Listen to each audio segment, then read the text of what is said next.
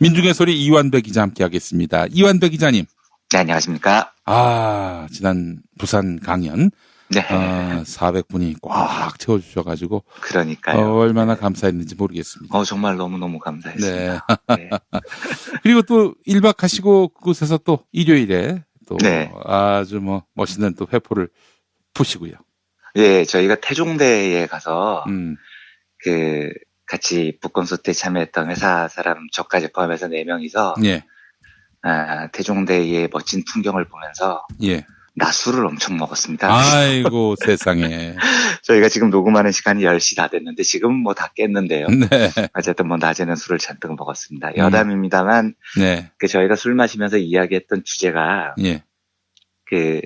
그쪽에 이제 절벽에 깎아지는 풍경을 보면서, 어떻게 죽는 게 가장 좋은 죽음인가, 이런 주제로 한참 얘기를 했어요. 아이고, 네. 세상에. 네. 근데 한참 이야기를 하다가 나중에는 지금 죽는다면 뭐가 제일 아쉬울까? 이런 이야기까지 나왔습니다. 돌아가면서 들어보니, 예. 4명 모두 다 일치 단결된 목소리는, 지금 죽으면 가장 아쉬운 건 살아생전에 충분히 음주를 하지 못하는 것이다.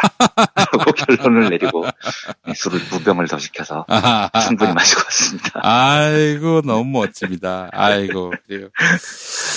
술을, 저는 이제 안 드시잖아요. 어쩌다 누가 주면은 한두 잔 홀짝홀짝 마시는 네. 그런 정도지, 네. 제 돈 내고 술을 마신 적은 한 번도 없습니다만은. 네. 무슨 즐거움이 있습니까? 술을 마시면은. 저희가 그래서 김용민 PD님도 잠깐 술안주로 등장을 하셨어요. 예. 저희의 결론은 김용민 PD님은 선천적 일중독증이 있다는 건데, 네. 매우 존경스럽긴 하지만 그렇게는 살 수 없다고. 그럼요. 우리는 술을 먹으면서 살아야 한다고. 그럼요. 네. 즐거운 일이라고. 아이고, 그래. 하여튼, 태종대에서 아주 멋진 회포를 푸셨습니다. 우리 민중의 소리가 올해 정말 크게 도약했으면 좋겠는데. 네. 안 망하고 살아남아있는 게 저희는 목표죠, 언제나. 네. 하여튼, 응원합니다. 많은 분들 또 감사합니다. 민중의 소리 또 이제 후원 회원으로 함께 해주시고, 또 다른 후원 방법으로 우리 이완배 기자의 한국재벌 흑역사 또 경제의 속살 많이 구매해 주시는 겁니다. 예. 네, 감사합니다. 그게 또 그런 마력이 있더만요, 보니까. 이완배 기자님 책은 다 읽고 난 다음 버리고 또 사면 똑같은 책임에도 불구하고 전혀 다른 감동을 또 주는. 예. 저 그 의견에 적극적으로 찬성합니다. 예, 그래요. 농담이고요. 하여간 다들 너무 감사합니다. 네. 그래요. 이완배 기자님, 오늘 어떤 이야기 해볼까요? 네, 오늘은 월요경제학 시간이죠. 오늘은 스웨덴 복지국가를 이끈 사상가 올로프 팔메라는 사람에 대해서 알아보겠습니다. 예. 스웨덴은 지구상에서 가장 뛰어난 복지국가라고 불리는데, 물론 오늘의 스웨덴이 있기까지 여러 이유가 있었을 겁니다. 그리고 저는 개인적으로 역사는 민중들의 힘에 의해 바뀌었고 앞으로도 그래야 한다는 생각을 꽤 오래 해왔습니다. 그렇죠. 예. 그래서 과거에는 정치인 개인의 존재에 대해서 그다지 높게 평가를 하지 않는 편이었어요. 역사는 민중들이 바꾸는 것이지 뛰어난 정치인 한두 명이 바꾸는 것은 아니다라는 생각이 강했던 거죠. 그런데 스웨덴 복지국가가 건설되는 과정을 보면서 생각이 많이 바뀌었습니다. 뛰어난 정치인의 존재가 세상을 얼마나 눈부시게 바꿀 수 있느냐를 스웨덴을 보면서 알게 됐습니다. 예, 제가 명절 직후에 국민의 집이라는 개념을 소개해드렸을 때 이 개념을 너무나 쉽게 국민들에게 설명한 한존 총리가 우선 스웨덴에 있고요. 스웨덴은 복지국가의 기틀을 닦았던 타게 에를란데르라는 명총리도 있었습니다. 그리고 그 뒤를 이어서 오늘의 주인공 스웨덴 국민들이 가장 사랑했다는 정의로운 정치인 올로프 팔메도 있습니다. 예. 이런 걸 보면 스웨덴은 참 복받은 나라인 겁니다. 이런 명총리들이 연이어 3명이 나올 수 있으니까요. 오늘 소개해드릴 팔메는 1969년 42살의 젊은 나이에 총리가 됩니다. 중간에 한번 실각을 했다가 1976년에 다시 총리에 오르면서 2번 총리를 지내죠. 그리고 팔메는 제가 본 서구 정치인 중에서 정의롭다라는 말에 가장 어울리는 정치인입니다. 이 사람은 표를 얻기 위해서 정의로운 척을 한 게 아니고요. 원래부터 무지하게 정의로운 사람이었습니다. 그 정의로움을 정치에 구현시켜서 총리가 된 거죠.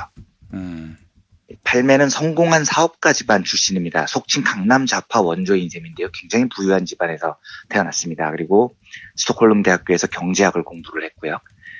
미국으로 유학을 갔는데 당시만 해도 스웨덴은 중후진국에 가까웠고 미국은 세계를 제패한 최강국이어서 팔매도 미국에 대한 환상을 품고 있었다고 합니다. 그런데 미국에 막상 가보니까 개판도 이런 개판이 없는 거죠.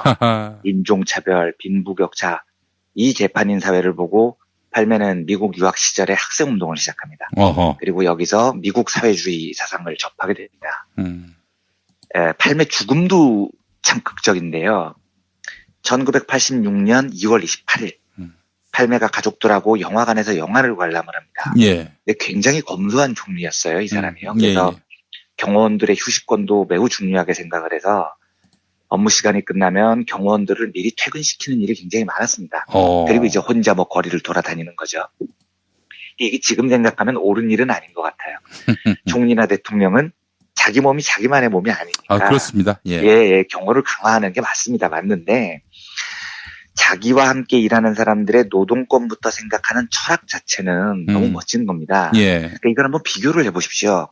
관용차를 타고 기차역 플랫폼까지 밀고 들어오는 황교안이나 공항문을 통과한 다음에 캐리어를 노루패스로 보좌관한테 던지는 김무성하고 비교를 해보면 사람을 대하는 철학 자체가 다른 겁니다. 근데 아무튼 팔매는 그날 경호원을 다 퇴근시키고 부인과 함께 스톡홀름 거리를 걷습니다.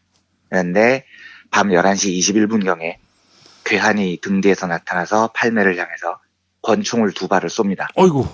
네, 그래서 첫 번째 총탄이 정확하게 팔매의 가슴을 꿰뚫고 팔매는 총격을 당한 지 40분 만에 목숨을 잃습니다. 이런. 예, 근데 더 미스테리한 사실은 암살범이 아직도 안 잡혔습니다. 아, 그래요? 스웨덴 국민들이 팔매를 너무 사랑했기 때문에 경찰도 엄청난 경력을 동원해서 수사를 벌입니다. 심지어 이 스웨덴 국민들의 분노를 가라앉히기 위해서 살인 공소시효가 25년인데 이 사건에 한해서만 공소시효를 없앴습니다. 그런데 사건이 벌어진 지 33년째인 오늘까지도 암살범이 잡히지 않았습니다. 암살범이 누구냐에 대한 수많은 추측들이 있는데요. 심정적으로 제일 유력한 암살 배우는 미국 CIA입니다. 왜냐하면 팔매는 미국의 베트남 전쟁을 극렬히 비난했던 정치인이거든요. 심지어 1968년 팔매가 교육부 장관이었을 때 팔매가 베트남 전쟁에 반대하는 가두 시위대에 합류해서 데모를 합니다. 일국의 장관인데 차기 총리가 심지어 매우 유력했던 장관이 데모대에 합류를 하니까 이게 얼마나 화제가 됐겠습니까? 팔매의 사진이 전 세계 신문에 대문짝만하게 보도가 됐습니다. 심지어 팔매는 진짜로 바로 다음 해에 총리가 됩니다. 그래서 당시 미국과 스웨덴의 관계가 극악의 상황으로 치닫습니다. 베트남 전쟁뿐 아니고요. 팔매는 거의 모든 외교 노선에서 반미 얘기를 걷습니다. 그래서 미국 내에서는 북유럽 지역에서 미국의 외교가 판판이 실패하는 이유는 팔매 때문이다라는 말까지 나돌 정도였습니다. 근데 이때가 동서냉전 때였거든요. 그리고 미국이라는 나라는 동서냉전 시기에 자국의 외교에 방해가 됐던 타국의 지도자들을 아무렇게나 암살하고 다니던 깡패 국가였습니다. 칠레의 아옌데 대통령이나 부르키나파소의 토마스 상카라도 전부 CIA에 의해서 암살을 당하죠. 그래서 지금도 팔매 암살의 배우가 CIA라고 생각하는 사람들이 매우 많습니다. 남아프리카 공화국 인종차별주의자들이 팔매 암살의 배우라는 설도 있습니다. 팔매가 당시 남아공의 극악한 인종차별 정책인 아파르테이트를 극렬히 반대했거든요. 그리고 팔매는 감옥에 gat혀 있었던 넬슨 만델라를 가장 열렬히 지지했던 서구 사회의 지도자이기도 했습니다. 스웨덴 극우파들이 팔매를 암살했다는 설도 있어요. 이건 뭐 충분히 이해가 되는 이야기죠. 팔매의 급진적인 복지 정책에 불만을 품은 극우파들이 암살을 주도했다는 겁니다.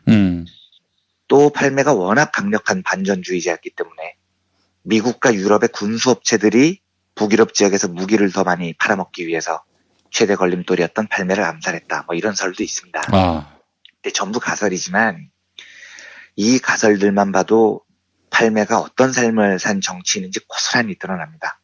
지독한 평화주의자였고요. 지독한 복지주의자였고 지독한 사회민주주의자였고 지독한 반미주의자였고 인류의 정의로운 평등을 소망했던 지독한 반차별주의자였던 겁니다. 아이고, 참 이거 기득권 세력들이 가장 싫어할 그런 그렇죠. 캐릭터네요. 예. 그렇죠. 네. 대신 이제 스웨덴 민중들로부터는 지금까지도 뜨겁게 사랑을 받고 있죠. 예, 좀 멀리 돌아왔는데 지금부터 팔메 경제 정책을 살펴보겠습니다. 예. 팔메는 복지 강국 스웨덴의 복지 정책을 완성시킨 인물로 꼽히는데요. 뭐 복지 분야에서 팔메가 남긴 업적은 너무 많습니다. 스웨덴식 혼합 경제를 완전히 정착시킨 인물이고 노동연금과 의료보험을 혁파를 해서 지금의 스웨덴 복지국가를 완성한 인물이기도 하고요. 대학 등록금도 전면 무료화했고 스웨덴 특유의 연대임금 제도를 안착시킨 것도 팔메였습니다. 그런데 이런 나열식 복지 정책들을 뛰어넘는 팔메의 위대함이 있습니다. 그럼 바로 자본주의 경제 철학 자체를 완전히 바꿔놨다는 겁니다. 진보 경제학 중에 탈상품화라는 개념이 있습니다. 이 개념은 덴마크 경제학자인 에스핑 안데르센이라는 사람의 작품인데요. 팔메가 이것을 전격적으로 스웨덴의 정신으로 승화를 시킵니다.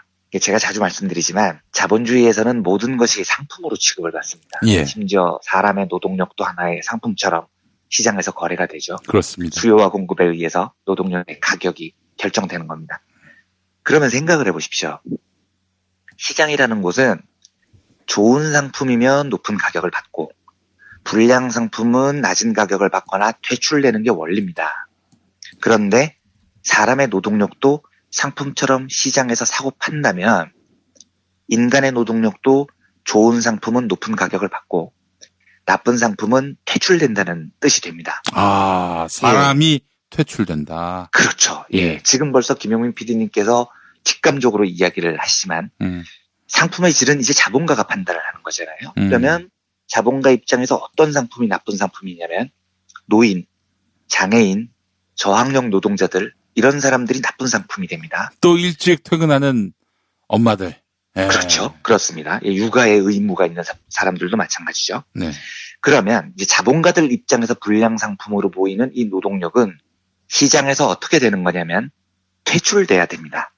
그런데 김 PD님께서 와 하고 놀라셨듯이 사람을 퇴출시키는 게 가능한 일이냐고요. 상품은 불량에 나면 버리면 그만이잖아요. 그런데 사람을 장애인이라는 이유로, 노인이라는 이유로, 저학력층이라는 이유로, 육아의 의무가 있다는 이유로 버린다는 게 가능하냐는 겁니다. 그러니까 우리가 자본주의에 너무 물들면 뭐 버릴 수도 있는 거 아니야라고 생각이 되지만 잘 생각해 보십시오. 사람을 도대체 어떻게 버릴 겁니까? 휴지통에다 버릴 겁니까? 이게 불가능한 이야기거든요. 그래서 탈상품화 개념을 만든 안데르센은 인간은 어떤 경우에도 시장에서 거래되는 상품으로 취급해서는 안 된다라고 단언을 합니다. 사람은 다른 상품과 본질적으로, 철학적으로 아예 다른 존재라는 겁니다. 이게 바로 경제학적인 탈상품화라는 개념입니다. 올로프 팔메는 1984년에 이 탈상품화 이론을 스웨덴 3인당의 철학으로 승격을 시킵니다. 더 이상 인간의 노동력을 시장에서 사고 파는 상품으로 취급하지 않겠다는 실로 장엄한 반자본주의적인 선언을 당의 철학으로 받아들인 거죠. 이때 이제 팔메가 1984년에 하버드 대학교에서 남긴 연설을 잠깐 읽어보겠습니다. 자유주의자들은 시장이 잘 돌아가도록 하기 위해 연대나 동정심 같은 감정을 억누르라고 가르친다. 사유재산과 계약의 자유, 자유경쟁 같은 이념을 더 확장해야 한다고 주장한다. 이것이 소위 그들이 말하는 시장의 마술이다. 하지만 나는 시장의 마술보다 인간 온정의 마술에 대해 이야기하고 싶다. 사회의 목적은 인간의 삶과 동떨어진 그 어떤 것을 추구하는 이념이 아니다. 사회의 목적은 인간을 넘어서서 멀찍이 있는 그 무엇도 아니다. 사회와 제도는 지금 이곳에 있는 인간을 위한 것이다. 각자 삶의 목표를 성취해가며 그들의 일상을 돕는 것이다. 사회와 연대의 목적은 사회 구성원 모두가 사회의 자원을 활용해 삶의 크고 작은 과제를 성취해 나가는 것이다. 이것이 바로 복지사회의 출발점이자 목적이다. 진짜 멋진 연설이죠. 일국의 총리가 국민 그 누구도 상품으로 취급받지 않는 세상, 그 누구도 버리지 않는 세상을 역설하고 있는 겁니다. 네, 하나만 더 하고 오늘 마치겠습니다. 제가 아까 팔메는 제가 본 정치인 중 가장 정의로운 정치인이라고 말씀을 드렸는데요. 예. 실제로 팔메는 어떤 경제적인 이익도 정의에 우선할 수 없다고 믿었습니다. 지금 우리나라에서 이런 소리를 하는 정치인이 있다고 생각해 보십시오. 돌날 나올 겁니다. 정의가 뭐가 중요해? 돈이 중요하지. 라는 비난을 받을 것 같아요. 그런데 팔매는 그렇지 않았습니다. 팔매에게 정의는 인간 사회에서 반드시 지켜야 할 규칙 같은 겁니다. 경제는 당연히 인간 사회의 규칙을 따라야 되는 거죠. 그래서 돈을 위해 정의를 버리면 안 된다는 겁니다. 돈을 위해서 정의를 버리면 인간은 경제의 종속이 되고 시장이 인간을 지배하는 세상이 됩니다. 이런 세상은 더 이상 팔매에게는 인간의 세상이 아닌 거죠. 그럼 보십시오. 베트남 전쟁이 벌어졌습니다. 어떻게 해야 될까요? 그 전쟁은 전혀 정의롭지 않은 전쟁입니다. 미국 군수업체들이 전쟁을 만들어낸 침략 전쟁이었으니까요. 이때 정의가 무슨 소용이야? 돈이 더 중요하지. 이따위 철학을 가진 지도자가 집권을 했던 대한민국은 베트남에 군대를 보내서 무고한 베트남 민중들을 학살하는 겁니다. 하지만 정의가 경제에 우선한다고 믿는 지도자가 총리로 있었던 스웨덴은 미국의 베트남 침략 전쟁을 극렬하게 비난합니다. 남아공에서 극악한 인종차별 정책이 펼쳐졌을 때 남아공의 다이아몬드가 무지하게 나오거든요. 여기에 눈이 멀었던 영국은 신사의 나라라고 자칭하죠. 영국은 남아공의 아파르테이트를 눈 감아줍니다. 하지만 정의가 경제에 우선한다고 믿었던 팔매는 즉각 아파르테이트를 거부하고 남아공과 모든 경제적 무역 거래를 완전히 중단해버립니다. 그러니까 당시 스웨덴 내부에서조차 팔매의 이런 정책이 스웨덴 무역 규모를 줄이고 경제에 해악이 될 거라는 비판이 엄청나게 많았습니다. 그런데 팔매가 끄떡도 안 합니다. 돈이 정의를 절대 넘어설 수 없다는 신념이 있었던 거죠.